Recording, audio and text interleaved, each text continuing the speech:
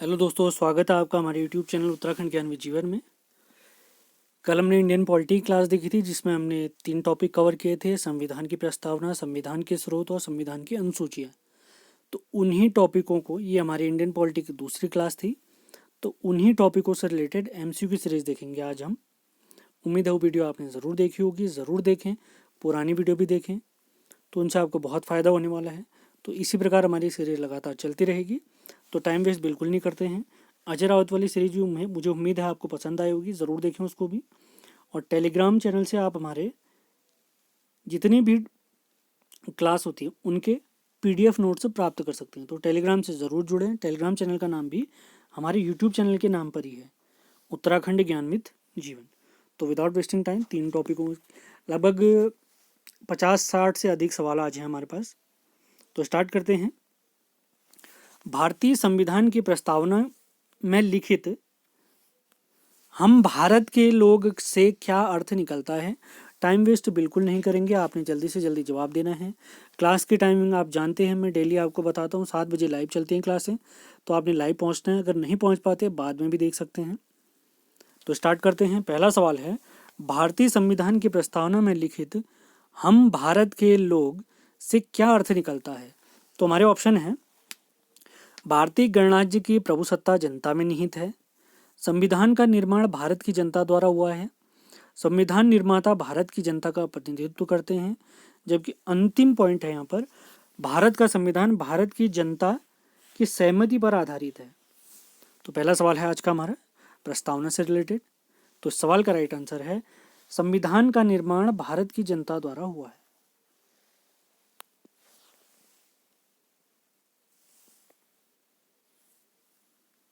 अगले सवाल की तरफ चलते हैं। समाजवाद का क्या अर्थ है। हमारे ऑप्शन है: सामाजिक नियंत्रण और राष्ट्रीयकरण, सामाजिक न्याय और सामाजिक स्पर्धा। आज का अगला सवाल है: सामाजिक नियंत्रण और राष्ट्रीयकरण, सामाजिक न्याय या सामाजिक स्पर्धा। समाजवाद का क्या अर्थ है। तो इसका राइट आंसर है ऑप्शन नंबर सी, सामाजिक न्याय। अगले सवाल की तरफ चलते हैं। 42वें संविधान संशोधन द्वारा प्रस्तावना में निम्न में से कौन सा शब्द जोड़ा गया। लोकतांत्रिक, न्याय, समाजवाद या राजनीतिक। 42वें संविधान संशोधन द्वारा प्रस्तावना में कौन सा शब्द जोड़ा गया है। तो इसका राइट आंसर है, हम जानते हैं 3 शब्द जोड़े गए थे, उनमें से एक शब्द समाजवाद भी है। 2 शब्द क्या जोड़े थे, कलम ने आपको बताया है, आप लिखना चाहे तो लिख सकते हैं। अगला सवाल देखते हैं। भारतीय संविधान की आत्मा किसे कहा गया है। प्रस्तावना, मूल अधिकार, नीति निर्देशक तत्व या सभी। भारतीय संविधान की आत्मा किसे कहा गया है। भारतीय संविधान की आत्मा किसे कहा गया है। तो इसका राइट आंसर है, प्रस्तावना को भारतीय संविधान की आत्मा कहा गया। भारतीय संविधान की आईना भी है ये। अगला सवाल, भारत में लौकिक सार्वभौमिकता है क्योंकि संविधान की प्रस्तावना प्रारंभ होती है हम भारत के लोक शब्दों से, जनता के जनतंत्र शब्दों से, जनता के लोकतंत्र शब्दों से या प्रजातंत्रीय भारत शब्दों से। तो इसका क्या राइट आंसर होगा, जल्दी से बताएं। हम अभी पढ़ भी चुके हैं, तो इसका राइट आंसर है हम भारत के लोक शब्द से। अगला सवाल देखते हैं। भारतीय संविधान की प्रस्तावना पर किस क्रांति का प्रभाव नहीं झलकता है। फ्रांसीसी क्रांति, अमेरिकी क्रांति, बोल्शेविक क्रांति या चीन की क्रांति। भारत की स्वतंत्रता पर किस क्रांति का प्रभाव नहीं झलकता है।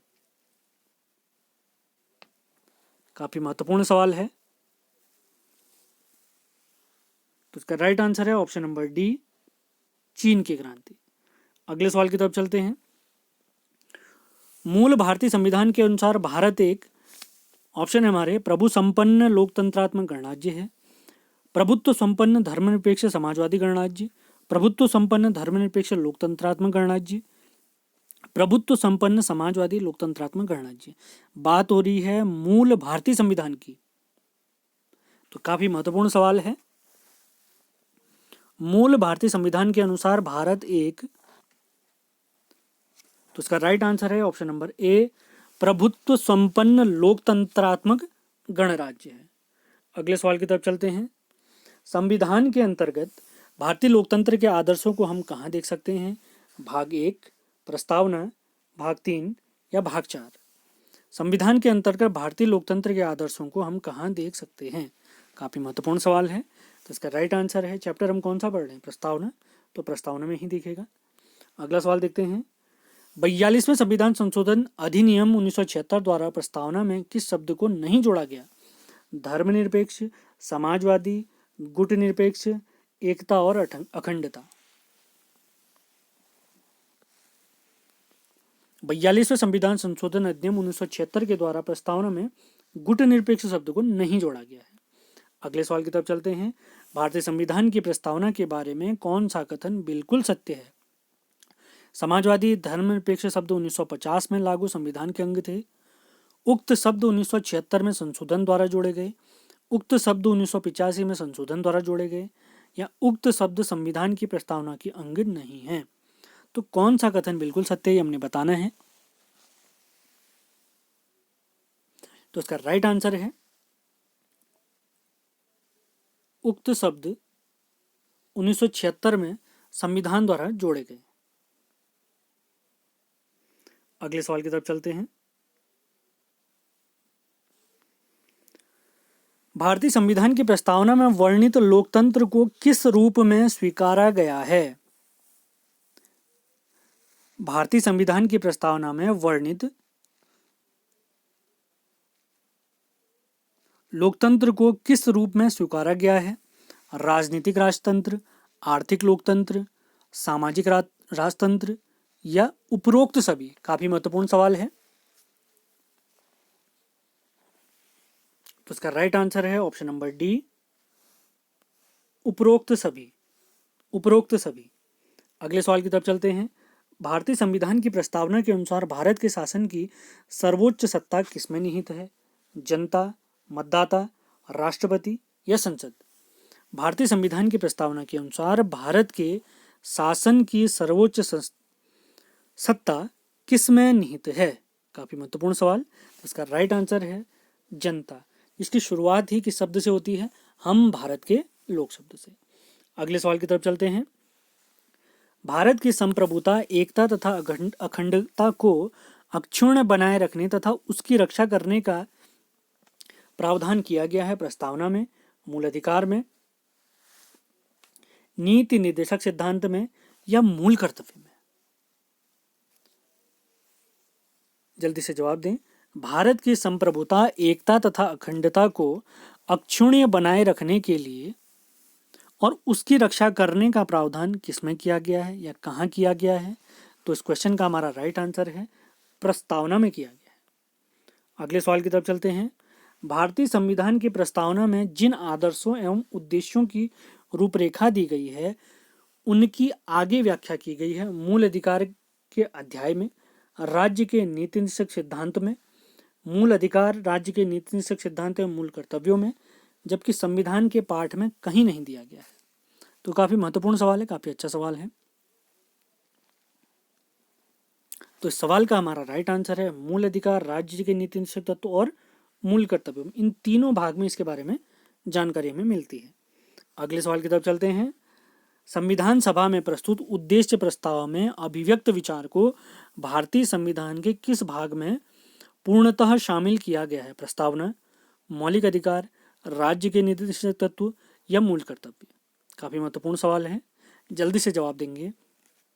संविधान सभा में प्रस्तुत उद्देश्य प्रस्ताव में अभिव्यक्त विचार को संविधान के किस भाग में पूर्णतः शामिल किया गया है? काफी महत्वपूर्ण सवाल है। तो इसका राइट आंसर है ऑप्शन नंबर ए, प्रस्तावना। अगले सवाल की तरफ चलते हैं। भारतीय संविधान की प्रस्तावना से क्या स्पष्ट नहीं होता है? संविधान का स्रोत, शासन के ध्येयों का विवरण, संविधान को लागू करने की तिथि या संविधान को अंगीकृत, अधिनियमित और आत्मार्पित करने की तिथि? भारतीय संविधान की प्रस्तावना से क्या स्पष्ट नहीं होता है?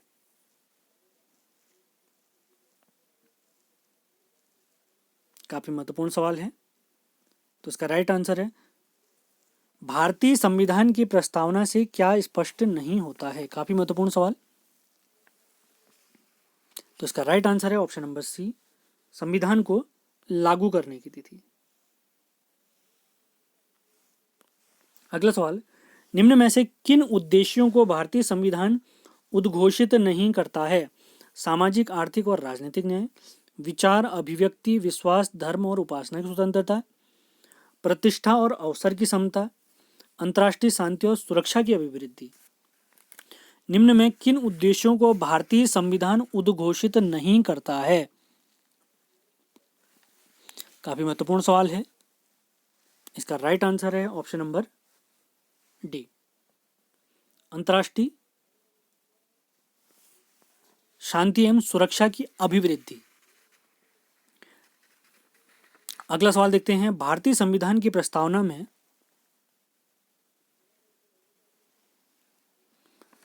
देश का कौन सा नाम उल्लेखित है? भारत और भारतवर्ष, भारत और हिंदुस्तान, भारत और इंडिया, हिंदुस्तान और भारतवर्ष। तो इसका राइट आंसर है भारत और इंडिया। अगले सवाल की तरफ चलते हैं, भारतीय संविधान किसके द्वारा स्वीकृत है? संविधान सभा द्वारा, भारत की संसद द्वारा, प्रथम निर्वाचित सरकार द्वारा या भारत की जनता द्वारा? भारतीय संविधान किसके द्वारा स्वीकृत है? काफी महत्वपूर्ण सवाल है, तुरंत जवाब दें सभी लोग। तो इसका राइट आंसर है भारत की जनता द्वारा। अगले सवाल की तरफ चलते हैं, भारत की संप्रभुता किसमें निहित है? भारतीय संसद में, राष्ट्रपति में, प्रधानमंत्री में या भारत की जनता में? काफी महत्वपूर्ण सवाल है। भारत की संप्रभुता किसमें निहित है? भारत की संप्रभुता किसमें निहित है? तो इसका राइट आंसर है ऑप्शन नंबर डी, भारत की जनता में। अगले सवाल की तरफ चलते हैं, प्रस्तावना से रिलेटेड कुछ अंतिम सवाल हैं। भारतीय संविधान को संविधान सभा द्वारा कब अंगीकृत किया गया है? 26 नवंबर 1949 को, 15 अगस्त 1949 को, 2 अक्टूबर 1949 को या 15 नवंबर 1949 को? तो अंगीकृत किया है हमने 26 नवंबर 1949 को। 15 आर्टिकल इसी दिन लागू हो गए थे। अगला सवाल, भारत का संविधान पूर्ण रूप से तैयार हुआ था 26 जनवरी 1950, 26 नवंबर 1949, 11 फरवरी 1948 या इनमें से कोई नहीं? भारतीय संविधान पूर्ण रूप से तैयार हुआ था, कब हुआ था? इसका राइट आंसर है 26 नवंबर 1949। अगले सवाल की तरफ चलते हैं, भारतीय संविधान कब अंगीकार किया गया था? भारतीय संविधान कब अंगीकार किया गया था? 26 जनवरी 1950, 26 जनवरी 1949, 26 नवंबर 1949 या अंतिम ऑप्शन है 31 दिसंबर 1949। भारतीय संविधान कब अंगीकार किया गया था? काफी महत्वपूर्ण सवाल है। तो इसका राइट आंसर है 26 नवंबर 1949। इसी के साथ प्रस्तावना वाला हमारा टॉपिक समाप्त होता है। अब अगले टॉपिक की तरफ चलते हैं, भारतीय संविधान के स्रोत, जिनके बारे में डिटेल जानकारी हम कल देख चुके हैं। तो प्रश्नों के माध्यम से इनको हम सीखेंगे। तो तुरंत जवाब देना है आपने, अपनी प्रैक्टिस इसी माध्यम से करते रहें लगातार। तो अगला सवाल देखते हैं। तो पहला सवाल है अगले टॉपिक का, भारतीय संविधान के स्रोत। भारतीय संविधान की कौन सी विशेष व्यवस्था इंग्लैंड से ली गई है? संसदीय प्रणाली, संघीय प्रणाली, मूल अधिकार या सर्वोच्च न्यायालय? भारतीय संविधान की कौन सी व्यवस्था इंग्लैंड से ली गई है? राइट आंसर है संसदीय प्रणाली। अगला सवाल, भारतीय संविधान का कौन सा लक्षण आयरिश संविधान से अनुप्रेरित है? नीति निर्देशक सिद्धांत, राज्यसभा में सदस्यों का मनोनयन, राष्ट्रपति के निर्वाचन की प्रक्रिया या मौलिक कर्तव्य? आयरलैंड के संविधान से क्या लिया है हमने? तो इसका राइट आंसर है नीति निदेशक तत्व। ये कल की क्लास में हम पढ़ चुके हैं। अगला पॉइंट है, भारतीय संविधान का सबसे बड़ा एकाकी स्रोत क्या है? ब्रिटिश शासन, यूएसए का bill of rights, government of India act 1919 या गवर्नमेंट ऑफ इंडिया एक्ट 1935? भारतीय संविधान का सबसे बड़ा एकाकी स्रोत, right answer option number D, government of India act 1935। Session पसंद आए तो इसको लाइक और शेयर जरूर करें, जिससे अधिक से अधिक लोग अपनी पेपर की अच्छी तैयारी कर सकें। पीडीएफ आपको हमारे टेलीग्राम चैनल से प्राप्त होगी। अगले सवाल की तरफ चलते हैं, भारत की संघीय व्यवस्था किस देश की संघीय व्यवस्था से अधिक समानता रखती है? Australia, Canada, America, Ireland. चौथा सवाल, संघीय व्यवस्था किस देश के समान है? कनाडा के समान है। अगले सवाल की तरफ चलते हैं। भारतीय संविधान में समवर्ती सूची की अवधारणा कहाँ से ली गई है? कनाडा, ऑस्ट्रेलिया, यूएसए या ग्रेट ब्रिटेन। समवर्ती सूची की अवधारणा कहाँ से ली गई है? तो इसका राइट आंसर है ऑस्ट्रेलिया। समवर्ती सूची के विषयों पर केंद्र और राज्य सरकार दोनों कानून बना सकते हैं, लेकिन विवाद की स्थिति में केंद्र का कानून माना जाएगा। अगला सवाल, भारतीय संविधान के अंतर्गत संघ और राज्यों के बीच शक्तियों का विभाजन किसकी प्रेरणा पर आधारित है? अमेरिका, कनाडा, स्विट्जरलैंड या पूर्व सोवियत संघ, जिसको हम आजकल रूस कहते हैं। भारतीय संविधान के अंतर्गत संघ और राज्यों के बीच शक्तियों का विभाजन किस देश की प्रेरणा पर आधारित है? तो इसका राइट आंसर है कनाडा। अगला सवाल, भारतीय संविधान में मौलिक कर्तव्य का विचार लिया गया है? अमेरिका, ब्रिटेन, रूस या फ्रांस। मौलिक कर्तव्य कहाँ से लिए गए हैं पूछ रहा है, ये तो हम पढ़ चुके हैं। रूस, स्वर्ण सिंह समिति की सिफारिशों पर जोड़े गए थे हमारे संविधान में। ये शुरुआत में 10 थे, वर्तमान में 11 है मूल कर्तव्य। अगला सवाल देखते हैं, भारतीय संविधान में शामिल नीति निश्चय सिद्धांत किसके संविधान से प्रेरित हैं? ये तो हम सवाल देख चुके हैं, तो इस पर टाइम वेस्ट नहीं करेंगे, ये आयरलैंड से लिए गए हैं। अगला सवाल देखते हैं, भारतीय संविधान में मौलिक अधिकारों का उल्लेख निम्न में से किस देश का अनुसरण किया गया है? Britain, America, Australia, Switzerland. मौलिक अधिकारों की बात हो रही है कि ये हमने कहाँ से लिए हैं? कल के लेक्चर में बहुत बढ़िया से हम इसको समझे थे, तो उसका राइट आंसर है अमेरिका। अगले सवाल की तरफ चलते हैं, भारत में सरकार की संसदीय प्रणाली कहाँ से ग्रहण की गई है? अमेरिका, रूस, ब्रिटेन या स्विट्जरलैंड। संसदीय प्रणाली की बात हो रही है, तो संसदीय प्रणाली हमने ली है ब्रिटेन से। अगले सवाल की तरफ चलते हैं, भारत के संविधान निर्माताओं ने न्यायिक पुनरावलोकन का विचार कहाँ से ग्रहण किया है? ब्रिटेन, फ्रांस, स्विट्जरलैंड या अमेरिका। न्यायिक पुनरावलोकन की बात हो रही है, तो इसका राइट आंसर है अमेरिका से लिया गया है। अगले सवाल की तरफ चलते हैं, कानून के समान संरक्षण वाक्य कहाँ से लिया गया है? अमेरिका, ब्रिटेन, कनाडा या ऑस्ट्रेलिया। कानून के समान संरक्षण वाक्य कहाँ से लिया गया है? तो इसका राइट आंसर है अमेरिका। कानून के समान संरक्षण अमेरिका से लिया गया है। अगला सवाल देखते हैं, भारतीय संविधान में आपात संबंधी उपबंध भारत शासन अधिनियम 1935 और किस देश के संविधान से लिए गए? दक्षिण अफ्रीका, जर्मनी, कनाडा या पूर्व सोवियत संघ। आपात उपबंध यानी आपातकाल संबंधी, तो लिए हमने जर्मनी के वाइमर संविधान से। अगले सवाल की तरफ चलते हैं, भारतीय संविधान में राज्य नीति निश्चय सिद्धांत की संकल्पना कहाँ से ली गई है? तो आयरलैंड और स्पेन इसका राइट आंसर हो गया। ये तो हम देख चुके थे, ये स्पेन में भी पाए गए हैं, ये ध्यान देना है आपने। अगला सवाल, राष्ट्रपति द्वारा राज्यसभा के सदस्यों के नामांकन का नियम किस देश के संविधान से लिया गया है? अमेरिका, आयरलैंड, दक्षिण अफ्रीका या फ्रांस। राज्यसभा के सदस्यों का नामांकन, तो ये नियम हमने लिया है आयरलैंड से। अगले सवाल की तरफ चलते हैं, संविधान के संरक्षक के रूप में सर्वोच्च न्यायालय का अधिकार विश्व के किस संविधान से लिया गया है? Switzerland, Canada, America, England. 16वां सवाल काफ़ी इंपॉर्टेंट, संविधान के संरक्षण के रूप में सर्वोच्च न्यायालय का अधिकार यह अमेरिका से लिया गया है।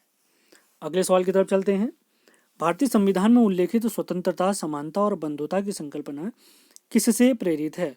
France, Ireland, America, Britain. स्वतंत्रता, समानता और बंधुत्व ये प्रसिद्ध है, इसका स्रोत है फ्रांस की क्रांति, तो ये फ्रांस के संविधान से लिया गया है। अगले सवाल की तरफ चलते हैं, भारत में कलेक्टर का पद औपनिवेशिक शासन ने उधार लिया था इंग्लैंड से, आयरलैंड से, ऑस्ट्रेलिया से या फ्रांस से। तो कलेक्टर का पद हमने उधार लिया था या किस देश की प्रेरणा से आया है? इंग्लैंड से। अगले सवाल की तरफ चलते हैं, विधि के समक्ष समता ये कहाँ से लिया गया है? इंग्लैंड के संविधान से, अमेरिका से, आयरलैंड से या जापान से? काफी महत्वपूर्ण सवाल। विधि के समक्ष समता, तो ये लिया है इंग्लैंड के संविधान से। अगले सवाल की तरफ चलते हैं। सर्वसत्ता संपन्न संसद की अवधारणा किस देश की देन है? England, Bharat, France, Japan. महत्वपूर्ण सवाल। सर्वसत्ता संपन्न संसद, तो ये है इंग्लैंड की देन। अगले सवाल की तरफ चलते हैं। भारतीय संविधान में अवशिष्ट शक्तियों का विस्तार किस देश के संविधान से लिया गया है? दक्षिण अफ्रीका, संयुक्त राज्य अमेरिका, कनाडा या जापान। अवशिष्ट शक्तियों का विचार, तो राइट आंसर है इसका कनाडा। संघीय व्यवस्था भी कनाडा। अगले सवाल की तरफ चलते हैं। भारतीय संविधान द्वारा प्रदत्त मौलिक अधिकारों के स्थगन संबंधी कार्यपालिका के अधिकारों को किस देश के संविधान से लिया गया है? आयरलैंड, जर्मनी, दक्षिण अफ्रीका, फ्रांस। आयरलैंड, जर्मनी, दक्षिण अफ्रीका या फ्रांस। जो पॉइंट आपको याद है अच्छी बात है, जो याद नहीं है उनको नोट डाउन जरूर करें। तो इसका राइट आंसर है जर्मनी। अगले सवाल की तरफ चलते हैं।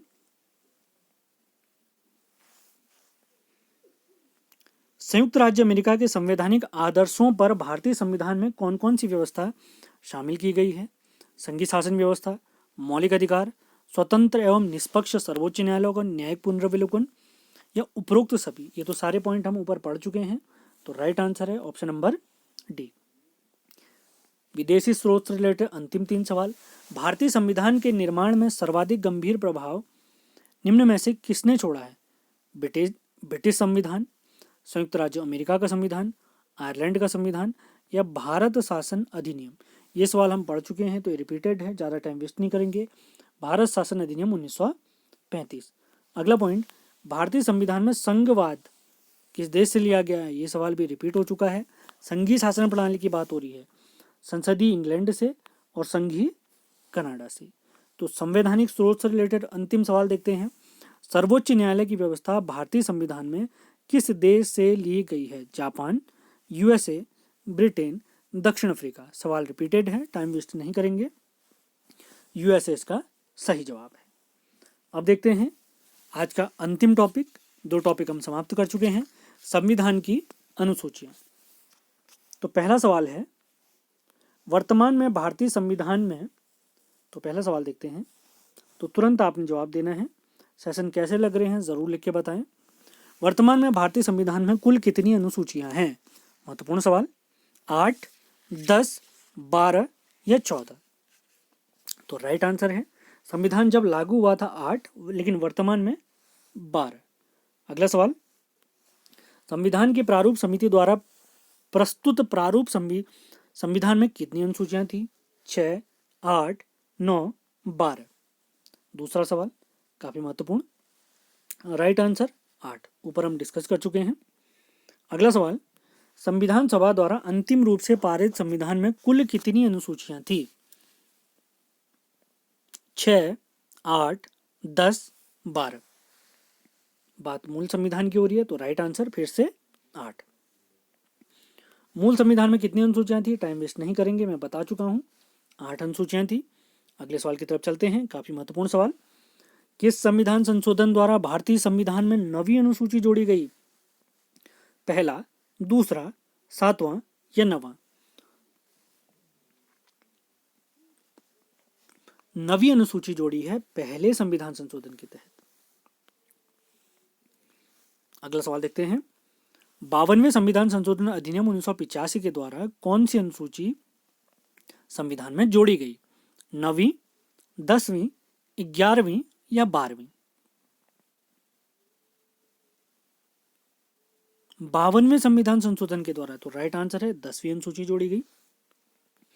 अगला सवाल देखते हैं, ये सारे पॉइंट हम डिस्कस कर चुके हैं कल। 73वें संविधान संशोधन द्वारा भारतीय संविधान में कौन सी अनुसूची जोड़ी गई? 9वीं, 10वीं, 11वीं या 12वीं? 73वें संविधान संशोधन द्वारा हमने जोड़ा 11वीं अनुसूची को। अगला सवाल देखते हैं, 74वें संविधान संशोधन द्वारा भारतीय संविधान में कौन सी अनुसूची जोड़ी गई? 9वीं, 10वीं, 11वीं या 12वीं? राइट आंसर है 74वें संविधान संशोधन द्वारा हमने जोड़ी है 12वीं अनुसूची। अगला सवाल देखते हैं, दूसरी अनुसूची का संबंध किससे है? राज्यसभा में प्रतिनिधित्व से, भाषाओं से, शपथ ग्रहण से या महत्वपूर्ण पदाधिकारियों के वेतन से। दूसरी अनुसूची का संबंध किससे है? Right answer option number D, महत्वपूर्ण अधिकारियों के वेतन से। अगला सवाल देखते हैं, भारतीय संघ में शामिल राज्यों और संघ शासित क्षेत्रों का उल्लेख भारतीय संविधान की किस अनुसूची में है? पहली, दूसरी, तीसरी या चौथी? जल्दी से जवाब दें सभी लोग। तो इसका राइट आंसर है ऑप्शन नंबर ए, पहली अनुसूची। अगला सवाल देखते हैं, राष्ट्रपति, राज्यों के राज्यपाल, सर्वोच्च न्यायालय तथा उच्च न्यायालय के न्यायाधीशों, संसद तथा राज्य विधानमंडलों के अधिकारियों, भारत के नियंत्रक एवं महालेखा परीक्षक आदि के वेतन के संबंध में प्रावधान संविधान की किस अनुसूची से लिया गया है? पहली अनुसूची, दूसरी, तीसरी या चौथी?